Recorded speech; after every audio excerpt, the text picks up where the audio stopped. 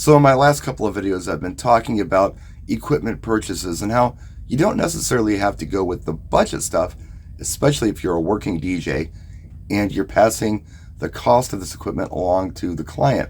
You ultimately end up with a better product and a more dependable product that the client's going to like more than the cheap stuff. I started working with a client yesterday and they want a lot of extras. And I thought, there's a video in there somewhere, so I got it.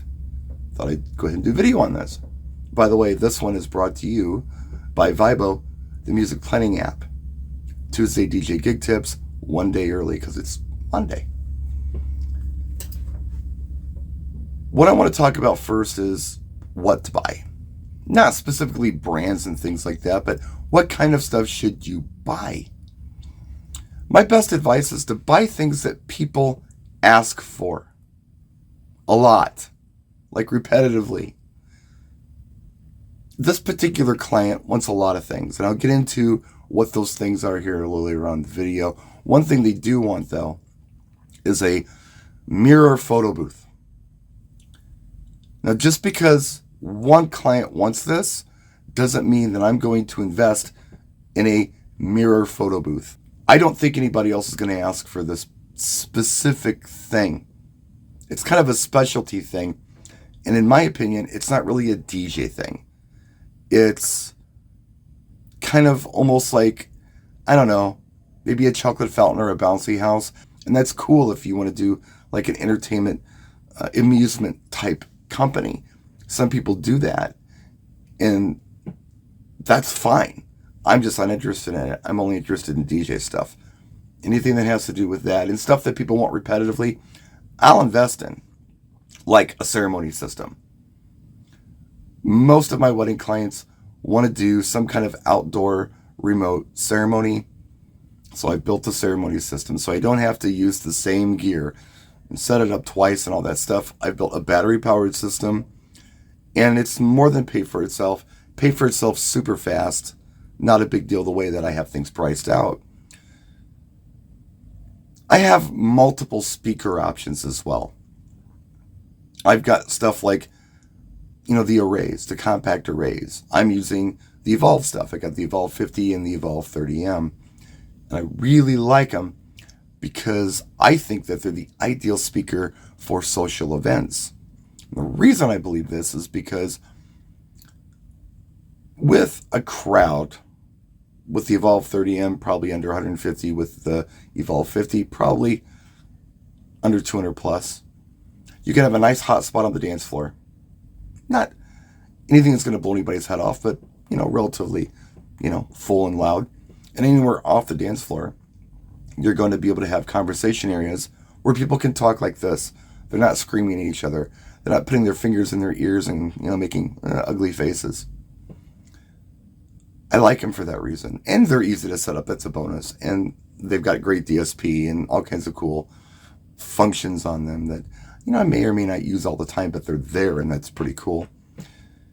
I also have a bigger system. I went with the Electro-Voice EKX system.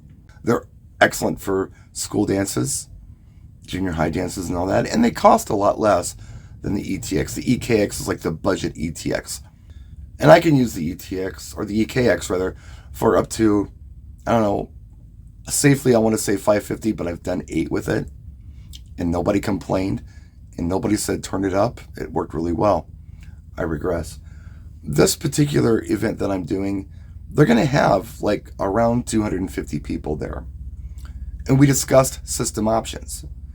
They said, look, we're at an estate, several hundred acres. We're not worried about sound ordinances outdoors here in a tent.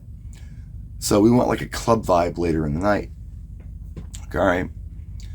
Well, we've got options. We can go with this column array system that I feel is ideal for social situations. And I explained everything that I just explained to you guys as far as hotspot, what conversation areas. Or I've got the more aggressive system that's going to pack a punch. The problem with the more aggressive system is it's not going to be as friendly for conversation as the column array system.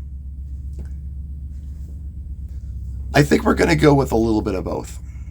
I think I'm going to do this. I've never done it before. I know that Toad does it, and several other DJs do it, and they swear by it. I've advised against it in videos, but I think I'm going to try it. I'm going to bring the Evolve 50s, but I'm going to put the EKX subs under them. So I've got some boom, but my highs and mids aren't harsh. They're more friendly for conversation. We're going to give it a try. And here's the beautiful part about it. Everything that I'm going to do, the client's going to pay for. The client understands what the base price is for everything. And I do have a base price for reception, up to so many hours. I have a base price for ceremony. And anything extra you want, as far as time or equipment goes, you have to pay for, and they totally understand this, and they're totally down with it. I'm just against people going out and buying nice stuff or even cheap stuff, it doesn't matter what kind of stuff, before anybody asks for it, and then they're pressured to sell it. And then sometimes they get in a position where they just give it away for free because they have it. It didn't do anybody any good. Nobody asked for it. And it's losing money for you. So, yeah, buy the stuff that people want. And for me, like I said, it's the ceremony stuff. It's the extra lights. They ask for that kind of stuff. And they ask for extra sound sometimes. If I'm going above and beyond my standard 150 person event. So that's the video for today. And I hope it helps somebody. And I know a lot of this stuff is like super elementary to a lot of you. You're like, yeah, B, we already know this. Some people aren't quite there yet. Some people are still learning. Some people are hobbyists. And it doesn't really matter what they spend because they're not really going to profit, the way they're going out and working. But, I'm actually doing this, for my livelihood. This is not something I have a day job. I do this. So I got to think smart about it. Have I made mistakes? Yeah, I've made mistakes. I've bought dumb things or acquired dumb things that nobody's paying for. And they're just extra work.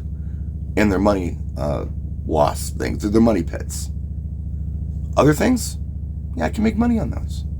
And those are the things that I invest in. Stuff that I know people are going to want over and over and over again. That's it, guys. Thanks for watching. Appreciate you so much. We'll see you next time. Hope this video made some kind of sense. Don't know if it did or not, but I'm throwing it out there. Practice and enjoy.